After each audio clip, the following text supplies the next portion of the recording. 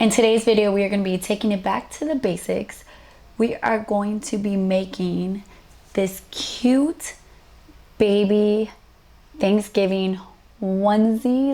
Look at that. So cute. I'm going to be showing you how I worked with the design in Cricut Design Space, how I pressed it. We're going to be using my new HTV Ront Mini Heat Press 3.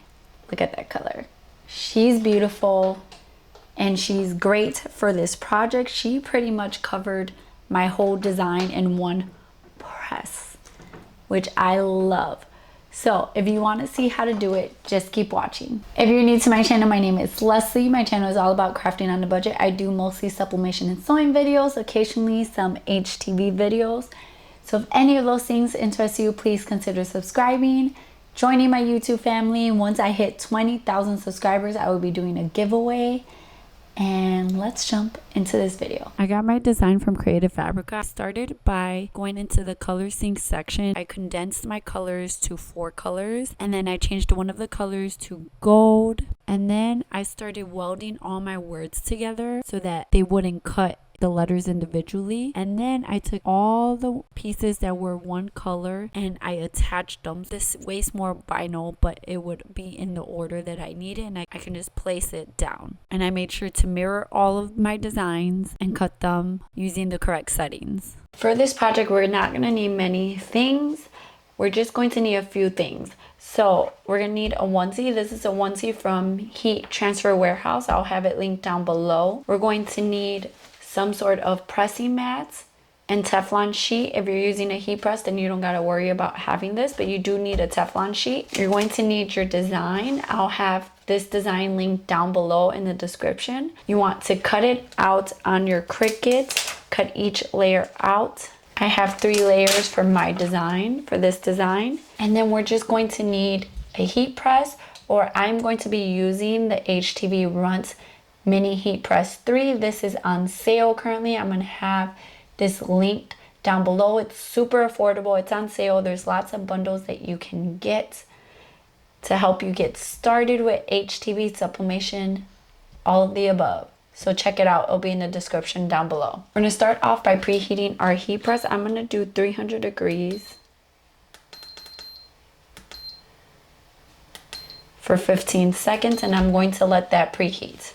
While that is preheating, I'm going to start prepping my shirt, and I'm going to grab a lint roller, and I'm going to lint roll any dust or lint that may be on my shirt.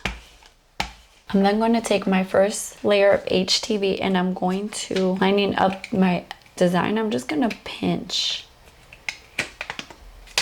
the middle here of my design so that I can line it up with the middle of my shirt. Some people like to pre-press their shirt to kind of get the moisture out. If you want to, you can also fold your shirt in half and then kind of press it to kind of find like a middle, to kind of make like a middle mark so that you can know where to line up your design. So there's a little crease there. I'm gonna line up the middle of this with that. My daughter got a hold of this, all my designs, so it's a little dirty. Okay, so once we have that on there and our heat press is preheated, we're gonna get a Teflon sheet. We're gonna put that on top, and then we're gonna press for 15 seconds.